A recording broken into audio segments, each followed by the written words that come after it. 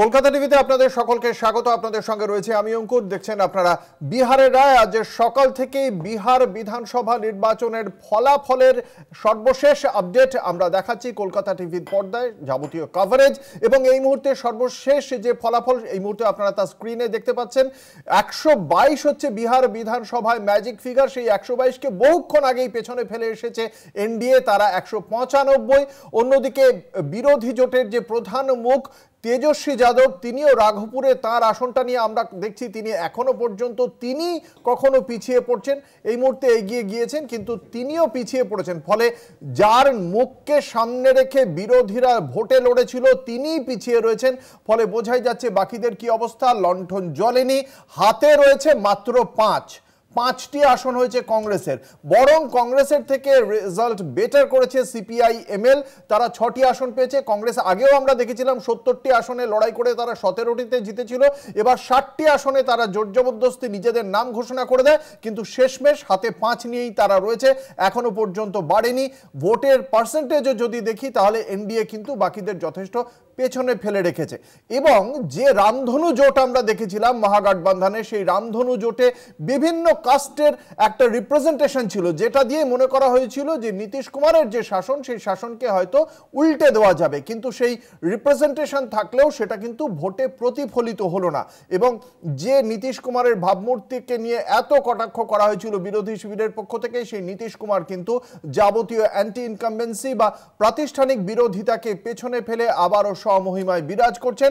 তার গেটের সামনেও ইতিমধ্যেই হোর্ডিং চলে এসেছে, বিহার কা মতলব নীতিশ কুমার। আমরা সেই নিয়েই কথা বলবো। আমাদের সঙ্গে রয়েছেন বিশিষ্ট অতিথিরা, দর্শকদের সঙ্গে পরিচয় করিয়ে দেবো। আমাদের সঙ্গে রয়েছেন প্রদেশ কংগ্রেসের মুখপাত্র লিপিকা ঘোষ, আমাদের সঙ্গে রয়েছেন লিপিকা ঘোষ প্রদেশ কংগ্রেসের মুখপাত্র। তার সঙ্গে রয়েছেন রাজ্য বিজেপির মুখপাত্র সুপ্রিয় ঘোষ, আমাদের সঙ্গে রয়েছেন সিপিআইএমএল এর নেতা অতনু চক্রবর্তী এবং রয়েছেন রাজনৈতিক বিশ্লেষক ভাস্কর সিংহ রায়। আপনাদের সকলকেই কলকাতা টিভির পক্ষ থেকে স্বাগত জানাই। একদম প্রথমেই যে বিষয়টি আমরা যেটা মানে চর্চায় উঠে আসছে, কেন এই 20 বছর ধরে এই শাসনে থাকা সত্ত্বেও কোনো প্রাতিষ্ঠানিক বিরোধিতা বা অ্যান্টি ইনকামবেন্সি ফ্যাক্টর কাজ করেনি, এবারেও কাজ করলো না নীতিশ কুমারের বিরুদ্ধে। আমি প্রথমে আসবো রাজনৈতিক বিশ্লেষক ভাস্কর সিংহ রায়ের কাছে। কি মনে হয়? দেখুন, প্রাতিষ্ঠানিক বিরোধিতার জায়গায় বলছেন হয়তো প্রত্যাবর্তন হচ্ছে, কিন্তু নীতিশ কুমার গত 20 বছর ধরে বিভিন্ন দলের সঙ্গে ছিলেন, সুতরাং এখানে মানে কন্টিনিউয়াস একই রাজত্ব ছিল না, মানে নীতিশ কুমার এক দলের সঙ্গে ছিলেন না। দেখুন, এখানে 243টা যে কেন্দ্র, প্রত্যেকটা কেন্দ্রের সমীকরণ তার প্রেক্ষিতটা আলাদা করে দেখতে হবে। সব জায়গায় কিন্তু সমানভাবে ভোট পেয়েছে এরকম নয়। আর এখানে যেটা বলছেন যে আপনি কোনো জায়গায় হয়তো প্রচারের দিক থেকে হয়তো এগিয়ে ছিল, মহাগঠবন্ধনের থেকে এরা হয়তো এগিয়েছিল, এনডিএ জোটরা এগিয়েছিল, 14 লাখ ফার্স্ট টাইম ভোটার।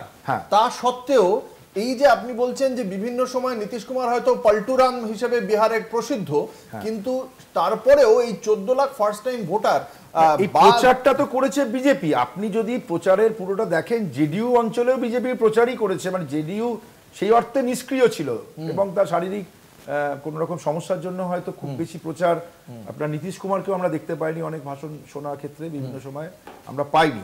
আমি বলতে চাইছি যে এখানে যে এই জাতপাতের রাজনীতির ঊর্ধ্বে উঠেছে কি ওঠেনি সেটা ওইভাবে দেখলে চলবে না। আমি যেটা বলছিলাম যে কোনো জায়গায় যাদব প্রার্থী হেরেছেন, হয়তো অন্য নিচু জাতীয় কোনো প্রার্থী জিতেছেন, এবং নীতিশ কুমার যে জায়গা থেকে বিলং করেন কুর্মী সম্প্রদায়, সেই কুর্মী সম্প্রদায় সারা বিহারে হয়তো 2 থেকে 3%, তার বেশি নয়।